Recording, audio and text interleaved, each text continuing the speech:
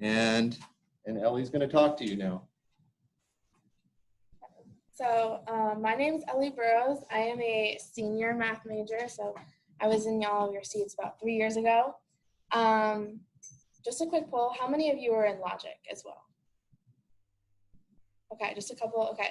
So for you guys, this is probably going to be a repeat because Elise, the president of QED, presented this on Wednesday. So apologize for that, but you would have heard it in logic sometime anyway. So I am the treasurer of QED, which is Cedarville's new math org. Started actually officially last fall semester. So I mean, we're still figuring this out as well, especially since we got sent home during our first year. But yeah, welcome to QED's first official year as an org.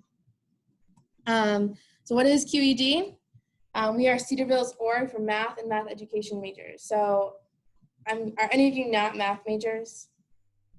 Okay. So maybe this topic doesn't apply to you, but for everyone else in the room, you are invited to join. We exist to provide math majors and math ed majors with opportunities for both social interaction and academic and professional growth. So I'll get into how we do that later. But our 4 officers are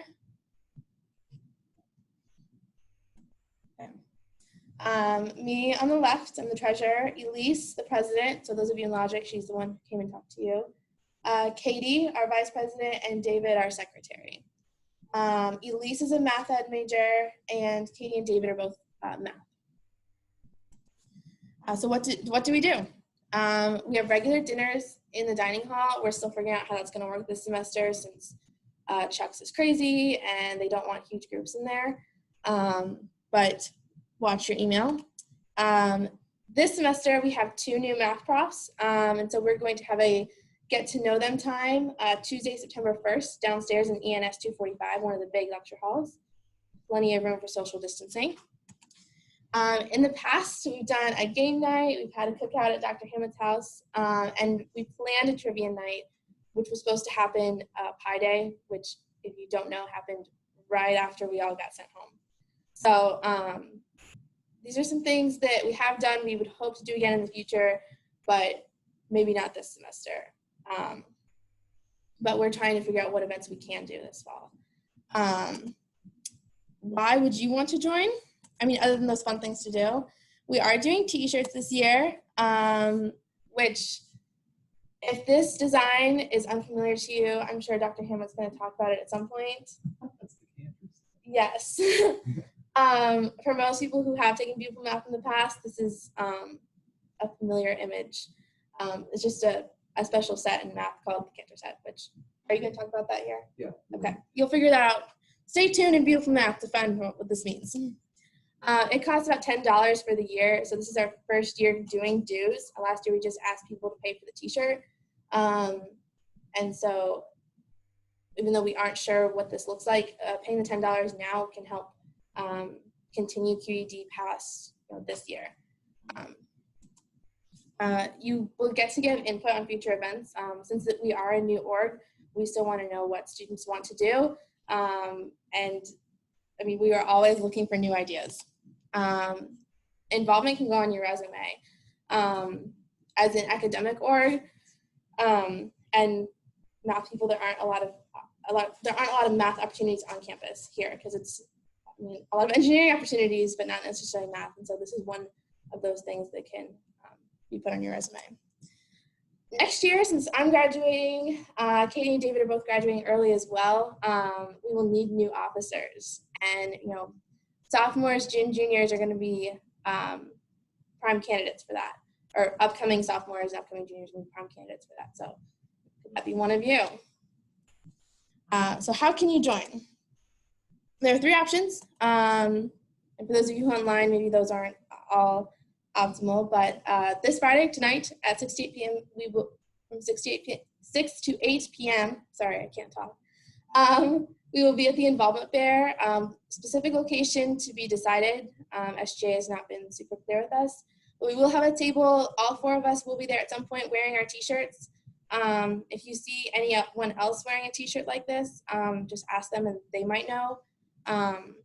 but we don't know yet. So you can give dues to one of the officers, so me, Elise, Katie, and David, and let them know what size shirt you want, and they'll get, one of us will put you into the system and we can know what size t-shirt to order. And if none of those work for you, so for those of you online, you can go ahead and email qed@cedarville.edu and we'll make sure you get in. So I don't think that at this point there's a timeline for when you would need to let us know by, but I think we are planning on ordering t-shirts within the next week. So probably within the next week you would want to let us know. Are there any questions? Okay. I have two questions. Okay. Go ahead. Do you guys actually do any math in this one? We are planning on doing that. So over the summer, we actually got involved with, I'm not sure, I don't remember what the organization is, but yes, thank you. College Math Journal, where they sent us, I think 5 to 7 articles, and we sent it out to a few of our members, sent those articles out to a few of our members, and between those members, we had to decide our top 1 or maybe 3 choices to be put in the College Math Journal. So that is the most math thing we've done at this point, but we are still a new org. At the end of last semester, we did kind of take a poll, both from our professors and from the students who had been in it, and asked what they wanted to do. And so we do have some of those ideas on our plate, but again, putting them into practice this semester may be difficult. So we're still working on that.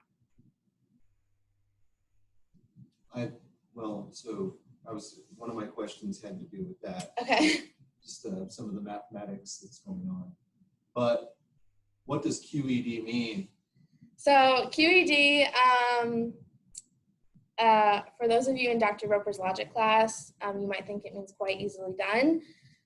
It's kind of a statement that you put at the end of a proof to say that it's done. You proved what you meant to do. It's Latin for, I don't know what the Latin is, but it's a Latin acronym. Quod erat demonstratum. There we go. Which was to be demonstrated. Yeah, which was to be demonstrated, I did. So it's essentially like a mic drop at the end of your proof. So, yeah. Anything else? Well, yeah, if you have any questions, you're free to email that email, QED@Cedarville. Pretty easy to remember. Yeah, and if not, we will also be in the involvement fair for questions as well. So feel free to stop by. We would love to have you all join. If you don't want a t-shirt, I believe we are having a separate email list for people who just want to participate. But I mean, the $10 will get you the cool t-shirt, which will be made clear during the rest of the semester. So I think some of our professors are getting the t-shirt as well. So if you ever want to do a twin day, get a t-shirt. So. Cool. I'll let you finish that. All right. So. Thank you very much, Ellie. Yeah, thank you for Appreciate having me, it. Hannah. Yeah. Have a good rest of your Friday, guys. Yeah. All right. Let's see. I will share something else now.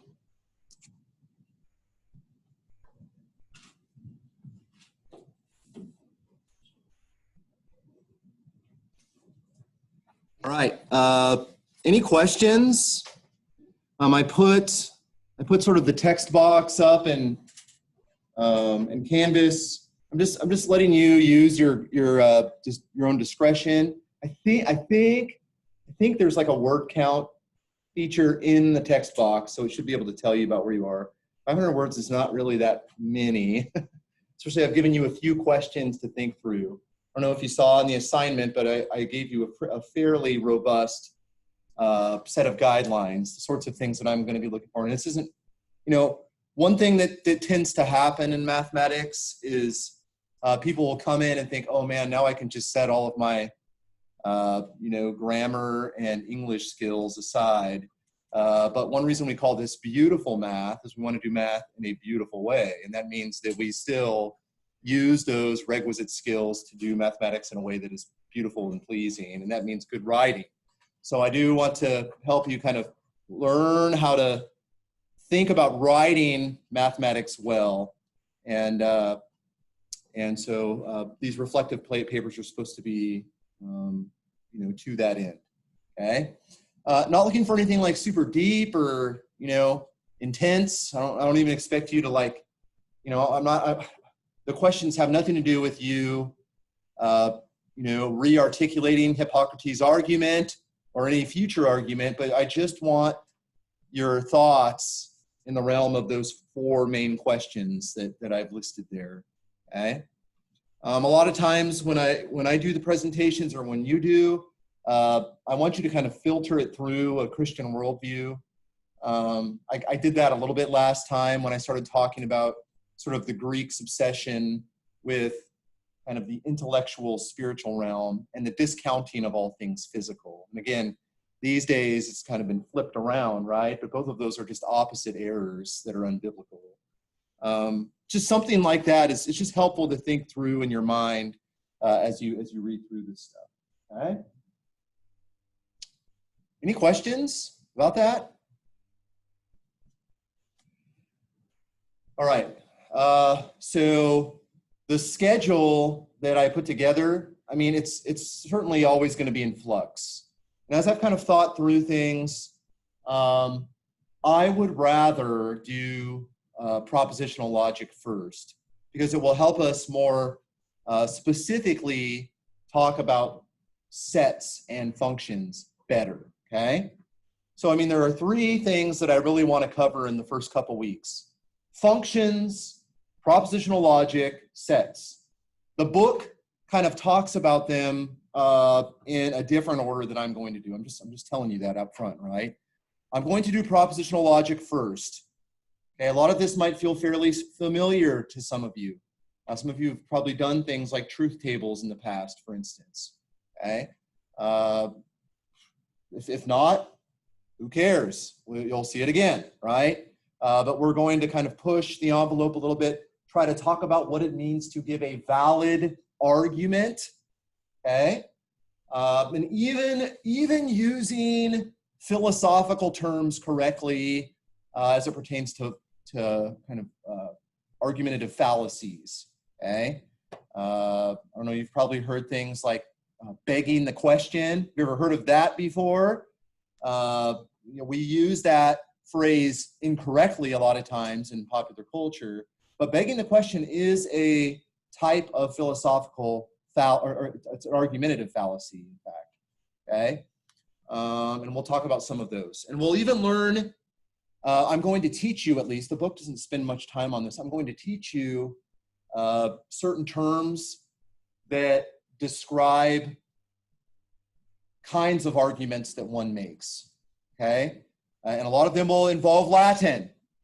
This is important because I have found myself to be in in situations where I can more clearly articulate what's happening because I'm like, oh yeah, that's just this is modus ponens, or yeah, that's modus tollens, or that's hypothetical syllogism, which sounds really intimidating, but it won't be once we get there, and then you can sound awesome to all your friends, right?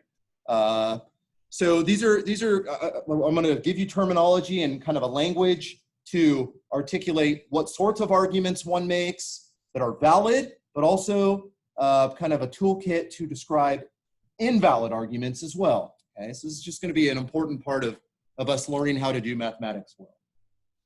Okay, we have a class called Logic and Proof. Okay, but what I'm going to do again is sort of give you the foundational tools to deal with it. Okay, so here's a little overview. The proofs are literally the heartbeat of mathematics. Computer science, which is kind of on the edge. Yes, yes. I don't want to leave this point. Yeah. Is there gonna be a for us to read the Yeah, I'll sort of put that together, but right now it's kind of like a hodgepodge. So I'm going to one place, but I will do that. Yeah. I'll do that for sure. Yeah, but next week I'll put together. You mean like all the books? Kind of like what you expect us to know. Yeah, sure. Yeah, I'll definitely do that for sure. Just in thinking through the beginning part of the course, it's a little bit awkward. Some of the organization of the Heart of Mathematics book especially isn't exactly what I would have preferred it to be. Does that make sense? But I'll definitely put together a more rigorous reading plan, probably over the weekend. But again, I mentioned chapter 2 of Journey Through Genius. If you happen to have that book yet, I would start reading that now. I would go read chapter 1, which I basically went through last time. It's great. There's some more details in there, but I basically gave you a summary of chapter 1 in my presentation. But chapter 2 is great. I think chapter 2 is one of the highlights of the book. It's on Euclid's proof of the Pythagorean theorem. Okay, the Pythagorean theorem, there's like 1,000 proofs of the Pythagorean theorem, but Euclid's is one of the best for sure. So it's a great chapter. It's about 150 years after Hippocrates was doing his thing, but it's fantastic. Okay, so yeah, I will put together a more rigorous reading plan later. Okay, thank you. So again, computer science is kind of on the edge of what I do in my own discipline, sub-discipline of mathematics, and there they have algorithms that they're trying to verify, like, what does this thing actually do? Okay, and how do I know that it always does it? I've made this list of rules for the computer to follow, and I'm expecting that the output is going to be something that I want, not some obnoxious thing that I don't want. Well, the way that you verify that it's going to spit out the thing that you want is with a proof. And generally speaking, it's going to be a certain kind of proof called an inductive proof or something, right? But we'll see what an inductive proof is eventually. Okay. So here's kind of a plan for what we're going to talk about here. Dr. Hammett. About the definition of a proposition. What is it? We're going to look at compound propositions. We're going to look at truth tables.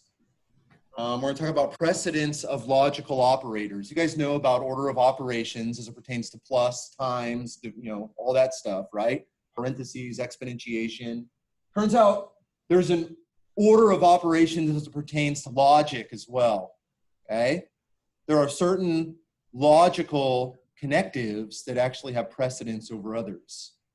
Okay? The two main logical connectives from which all things are built are actually and or. Okay? Everything is built from and or.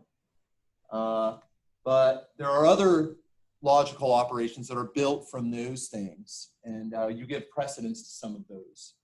Dr. Hammett. Translating English to propositions, and then we'll look at some logic puzzles. Okay? Just to kind of get the mental juices flowing a little bit. Okay? Dr. Hammett. Yeah. Have you changed the slides? Yes. Okay, I'm still seeing the first slide. What? Yeah. Huh. Are you seeing what I'm doing right now? Yeah. Okay. Huh. No. Maybe I'll sort of leave it like that. I don't know why it was doing that. Maybe it has something to do with being in a slideshow. So can you see that all right? Yeah, that's good. Thanks. Okay. What's a proposition? Well, it's a sentence that has a truth value. It's either true or false. Okay? Okay, so the moon is made of cheese. That is a proposition. That is false. Yeah. Right. Columbus is the capital of Ohio. True. Unless they decide to change the name to Flavortown, which is apparently a current a current push for some, I think it's because of Christopher Columbus or something. 1 + 0 = 1. Well, yeah, that actually is a proposition. Okay. I mean, it has a truth value. Basically, it's anything that you can assign a truth value to. Okay? Okay? Any questions on that? This is going to be critical. Everything that we do is going to be built on the back of propositions. When we go to like prove things later on, we'll have sentences that are declarative in nature. We'll say things like, if this, if blah, blah, blah, blah, blah, then blah, blah, blah, blah, blah. And that will have we're going to make a claim that that has a truth value of true, okay? And it will be our job as mathematicians to kind of make an argument for why that proposition happens to be true. That make sense? Okay. Let's see. Is there a way I can kind of make this a little bit bigger or get bottom right? Something like that. Oh, okay. I just want to be careful here. Yeah. Okay. Here are some non-propositions. Examples that are non-propositions. Sit down. Say that to my kids a lot, right? That is not a proposition, right? That's just a command. Okay. What day is today? Okay. You wouldn't answer that by saying true or false. Okay. X plus 2y equals 10 is kind of like a preliminary proposition. Does that make sense? Because I don't know if that's true or false until what? Until I know what X and Y are. Does that make sense? We call this an open sentence, or sometimes an open proposition, because I don't know what the truth value is until you actually tell me the values of X and Y. Does that make sense? Okay. Okay, Aristotle. Again, do you guys remember? I mean, I just want to see how close of attention you were paying the other day. What year around, like, when was Hippocrates doing his thing? Do you guys remember? Yeah. Yeah. It was mid 5th century BC. It was like in the mid 400s BC. So I mean, he predated Aristotle by close to 100 years. Okay. And that's why Aristotle was providing commentary on what Hippocrates was doing. Does that make sense? Okay. But Aristotle was one of the first people to like rigorously develop a system of logic by way of propositions. Try to really make this rigorous. Okay. Then much later, George Boole. You ever heard of Boolean? You ever heard Boolean this, Boolean that? This is the guy right here. Okay. He's the one who really tried to systematically formalize logic in terms of symbols. Does that make sense? Kind of laid the groundwork for computer science, actually. Okay.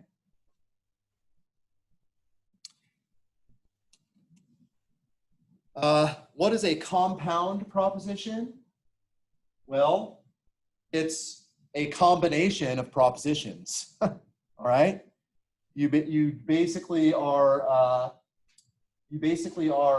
taking multiple propositions and connecting them somehow. So like one of the propositions might be true and another of the propositions might be false, and I might join them by an or, okay? I might say something like this.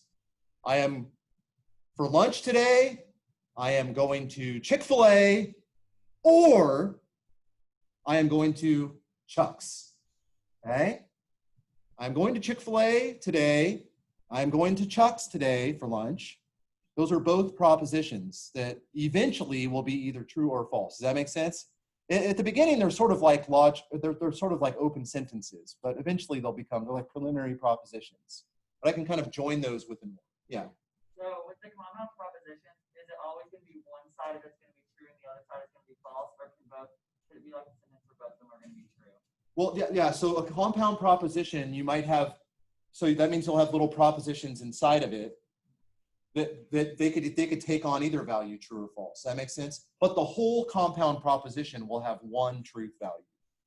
That makes sense? So suppose I say, today for lunch today, I'm going to Chick-fil-A, or let's actually do a proposition. Suppose at the end of the day, I come up to you and I said, today for lunch, I went to Chick-fil-A, or I went to Chuck's. And suppose I went to Chick-fil-A. Would you say I was telling the truth? Yes. What if I didn't do either of those things? What would you say? It's false. Does that make sense?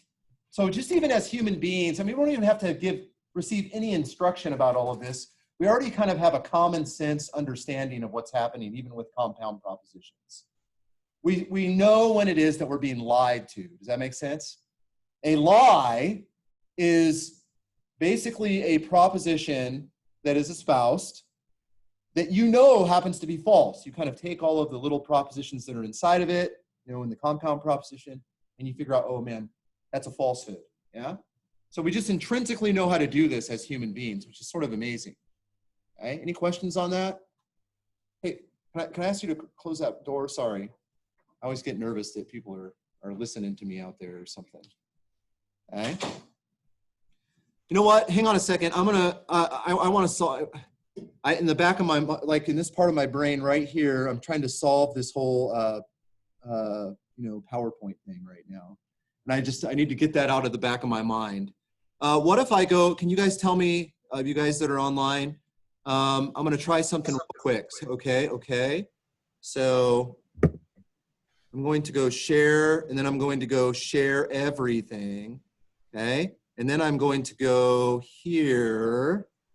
Let me get rid of this. Go here. Okay. And then I'm going to go like this, and I'm going to go like that. Okay. What do you guys see me moving around now? Yep. You see it moving? Yeah. Okay, good. Yes. Okay, I got it. I just, an idea popped in my head and I wanted to follow through on that. Okay. All right, so compound propositions is just singular propositions joined up with logical operators like or, and, etc. And we'll look at what some of those are eventually. Okay. The negation of a proposition, and by the way, we use like ordinary letters to represent propositions. P, Q, just because we don't want to write these disastrous sentences. We just say, okay, well, P is this proposition. Does that make sense? Okay. The negation of a proposition, you use this little like backwards, upside down L symbol. That means not P. Okay. And sometimes you even use the tilde. I like to call that twiddle, just to give myself a little bit of levity as I'm thinking about logic. So twiddle P, that means not P. Does that make sense? Okay. So that's the negation. That's one of the logical operators, negating a proposition. So if I say, I went to Chick-fil-A today, the end of the day, right? I went to Chick-fil-A today.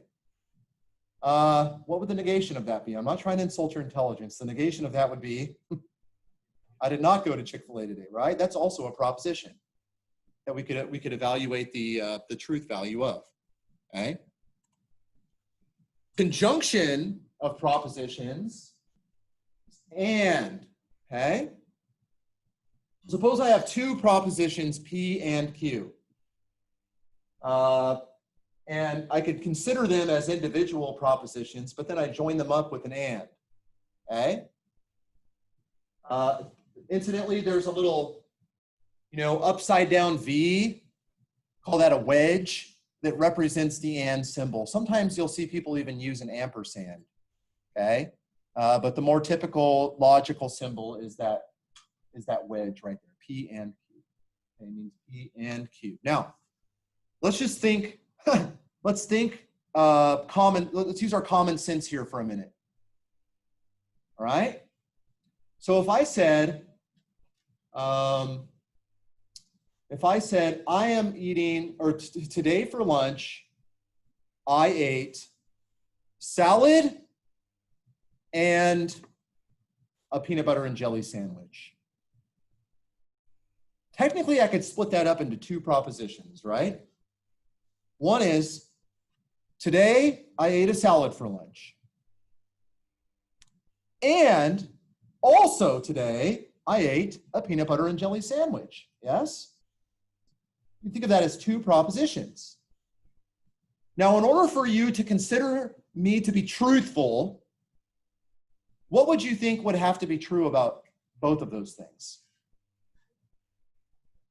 They would both have to be true. You understand? I would have to have eaten both a salad and a peanut butter and jelly sandwich. Otherwise, you would say liar, right? If I ate a salad but failed to eat a peanut butter and jelly sandwich, you would say, well, you weren't accurate, okay? I mean, you wouldn't get angry at me or something, but I would say, oh, yeah, okay? Or if it was the other way around, like I ate a peanut butter and jelly sandwich but not a salad, you would say, well, that wasn't very truthful. Does that make sense? Or if I didn't do either of those things, then you might actually get angry, right? I told you I ate a salad and a peanut butter and jelly sandwich, and it turns out I ate neither of those things. That's definitely a lie. Does that make sense? So in terms of evaluating the truth value of the statement, today for lunch, I ate a salad and a peanut butter and jelly sandwich. For that compound proposition to be true, both the salad part and the peanut butter and jelly sandwich part would have to be true. Does that make sense? If either of those things was false, you would reject what I had said as being a falsehood. Does that make sense? Okay? That's how and works. Very important. Okay?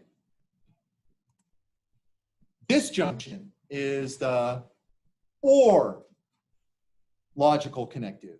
Okay? Or, and it's an inclusive or. Okay?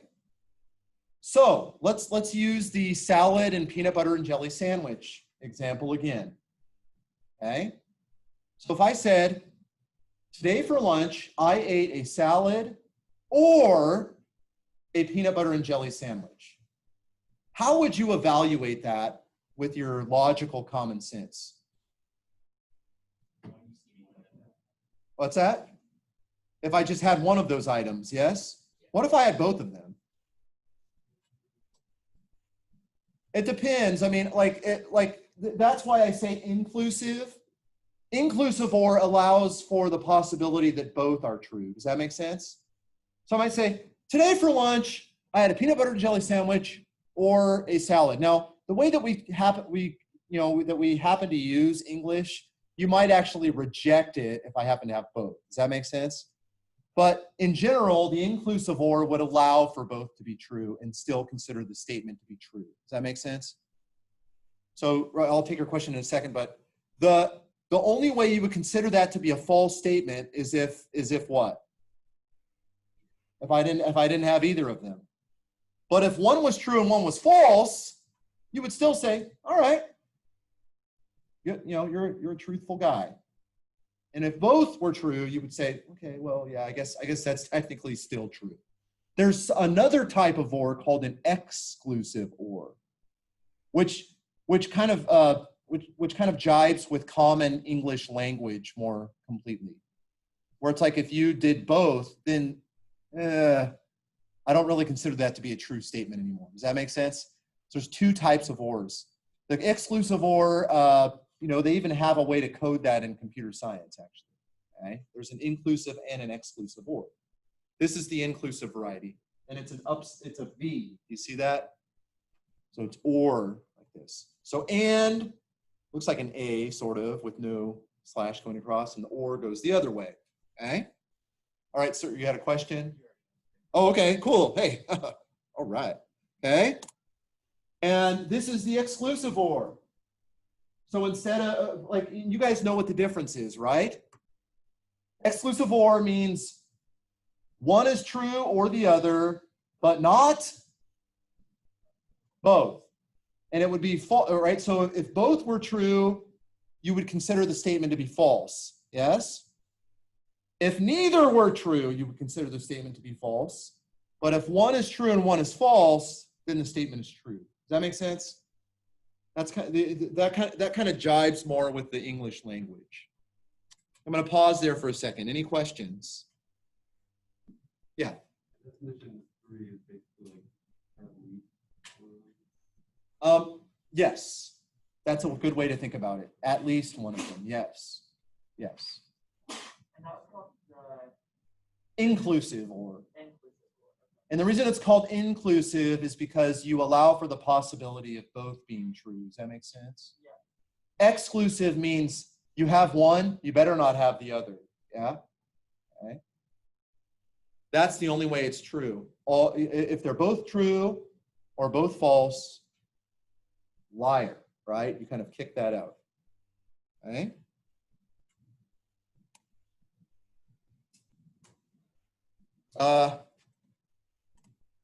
Okay, this is kind of interesting. Okay, if P and Q are propositions, the biconditional, and by the way, we'll talk about the conditional here in just a minute. But I kind of like to talk about the biconditional because it's more closely related to something we're familiar with, namely equals. You use equals all the time in math, right? You say this equals that. The biconditional is basically saying these two propositions are true. All right, the only way that these two propositions are like the if and only if, P if and only if Q, the only way that's true is if either both are true or both are false. So it kind of detects that these two things are both true or both false. Okay? It means that if P happens, then Q happens. But also, if Q happens, what? P happens. Okay, so it goes both ways. These things occur together. That's it. Yeah. If and only if is something that that shows up a lot in mathematics. Okay? And we'll talk about that more here pretty soon. Okay. Just trying to get these things out here. So biconditional, if and only if, you just write this back and forth arrow. Okay. So just right now, I mean, I'm just trying to keep this simple for right now. We'll have lots of examples to think about later on as it pertains to the biconditional. But basically, the only way this is true is if either P and Q are both true or both false. If they're off, then the if and only if would fail. You would label that as false. Okay. Here's the ways you say it. You say P if and only if Q. You say P is necessary and sufficient for Q. Okay. Well, the reason you say necessary and sufficient, we'll talk about this later. Those are actually theological terms also. I'll mention that in just a minute. But P is necessary for Q. What that means is if Q happens, then P necessarily happens. Does that make sense? Q happening necessitates P happening. You can't have Q without having P. Does that make sense? But also P is sufficient for Q, which means if P happens, what? Then Q happens. P's happening is sufficient for Q to happen on the back end. Yeah? Okay, and sometimes, mathematicians are pretty lazy, so they don't even want to write if and only if, so they write IFF sometimes. It means if and only if. Okay? Mathematicians would say this means that the propositions P and Q are logically equivalent, which is like the logical version of equals. Okay? Logically equivalent. It's like the logical version of equals. Okay? But biconditional is basically built on the back of implication or the conditional. Okay? Okay, so P and Q are propositions. This is the one that is probably the most important. That's why I've put a lot more here, okay? Just for us to digest together. So P and Q are propositions. The conditional statement P arrow Q, do you see that in this case, okay, the biconditional, the arrows went both ways, right? Here the arrow is just going one way. What that means is if P happens, then what? Q happens. If P, then Q, okay? If P, then Q. So P happens, Q must happen, okay, in order for this thing to be true. Okay, the conditional statement P, sometimes you say P implies Q, by the way. So this is if P, then Q, or P implies Q. I mean, I almost can't, as a mathematician, I can't even look at that without automatically just saying P implies Q, right? that arrow right there just says implies Q. Okay? P implies Q is false when P is true and Q is false. Yes? So suppose I say something like this. If you get an A on the final, then I'll give you an A in the class. That's just the kind of guy that I am. Okay? If you get an A on the final, then I'll give you an A in the class. You tell me, what is the only time you would consider me to be a liar? Do you guys understand? That's a conditional statement. If you get an A on the final, then I'll give you an A in the class. This is a verbal contract that I am making with you. Yeah? What is the only time that you would consider me to be a liar? That's right. So the if part is true, but the then part is false. Does that make sense? Look, P implies Q is false when P is true and Q is false. So you fulfill the requirement that I listed, namely you get an A on the final, and then I don't follow through. You would say, that guy is a dirtbag liar. Yeah? On the other hand, would you consider me to be a liar if you did get an A on the final and I gave you an A in the class? No, that would be like a true implies true situation. You would say, ah, that's a good guy right there. What about all the other situations? What if you failed to get an A on the final? All bets are off. I'm off the hook, baby, right? I don't have to do anything. So the statement is automatically true in that case. What we say there is that it's just vacuously true. The premise, the if part, was not met, and therefore the statement is automatically true. Does that make sense? Yeah? There's only one time when the implication can be false. Namely, if the if part is true and the Q part, or the then part, is false. The premise is true and the conclusion is false. The premise is the first part, the conclusion is the last part. Yeah. So I can fail the final and you still give me an A in the class, and it doesn't. That's right. Yeah, right. I mean, you wouldn't call me I would be really offended. And I think a lot of other people would be too. If you straight up failed the final and then I gave you an A in the class, and you said, you know what, you really didn't keep your word, Dr. Hammond. I'd be like, does anybody agree with this guy? And we would all say no, right? I'm off the hook. The minute that you fail and on the premise, the entire statement's automatically true. Does that make sense? All right, I'll tell you a story, okay? So I've been obsessed with logic for a while. And at one point I had a roommate in college that was a philosophy major, okay? So I was a math major, he was a philosophy major. I love philosophy though. And I was also majoring in computer science. And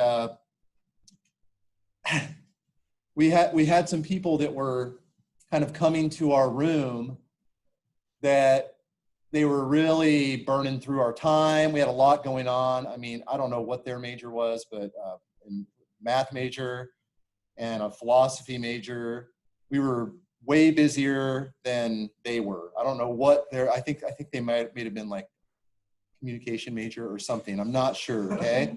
But we had tons of homework, but they would come and they would hang out, and we were just too much of a couple of wimps to just say, hey, look, can you please just not come here for like, 4 hours in the evening, okay? I mean, we must have just been that intriguing to them or something. So what we did is we made a sign that and everybody thought that we were just nerds anyway, so they totally expected something like this. We made a sign that we put on our door in our dorm room, and it said, if the door is not locked, if the door is not locked, come on in, we're home. So it was, if the door is not locked, then come on in, we're home. Okay? And then we promptly went into our room and locked the door. And we knew, or we were hoping that these guys would sort of fall into our logic trap, okay? So we went in our room, we locked the door. What did they do? We hear them like reading the sign outside, and we're laughing, over in the corner of the room like complete idiots, right? And then these guys come, and we hear them reading it, and then we hear them jiggle the door, which is locked. And then they say, "Oh, they must not be here." And they walk off. Wrong. Okay? Because the premise was false.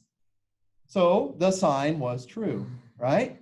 But they assumed that, right, we'll talk about the logical fallacy that they made later on, but that is a type of logical fallacy. Do you see what I'm saying? Okay.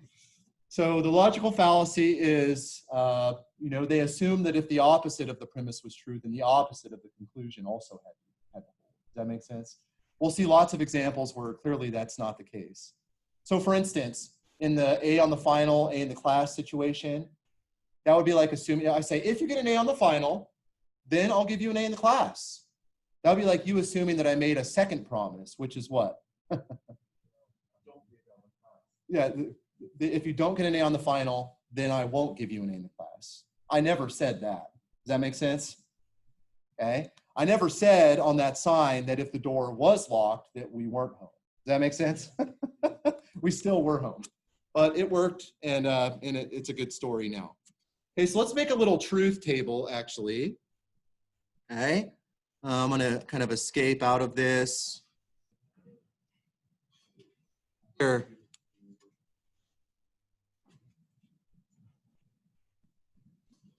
Okay, let's go like this.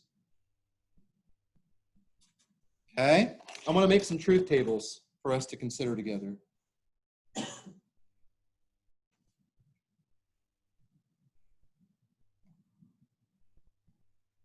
Okay, so here's some truth tables. Here's how this works. Okay, you guys see this all right? Okay, here's P, here's Q. Okay, actually, let me erase this. That's whoa, that was a giant eraser. Did you see that? Okay.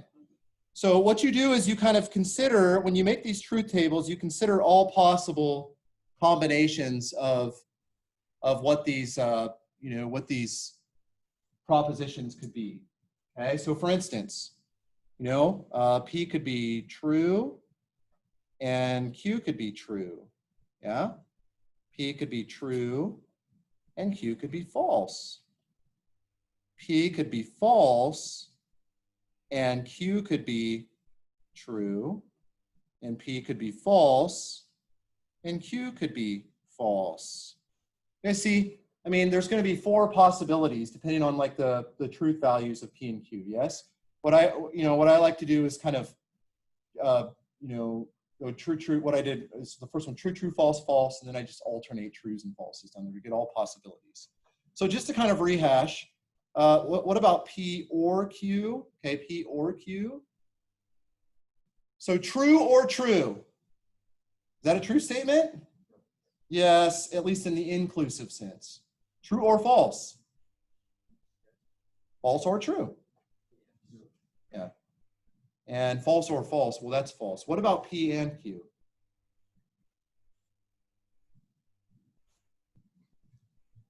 True and true. True, right? If I say salad and peanut butter and jelly sandwich, you would, in order for that to be a true statement, you would expect me to have done both, yes? All other possibilities are rendered false. Okay? We have the exclusive or situation, P circle plus Q. Yeah, that's the exclusive or. So what's the difference between that and the or? The first one's false, and then it's true, true, false. Okay. Okay, and then we have P implies Q. Okay. That's if P, then Q. We figured out that the only time we would consider that to be false is if the premise, the if part, is true, and I fail to follow through on the conclusion. So which one of those is that?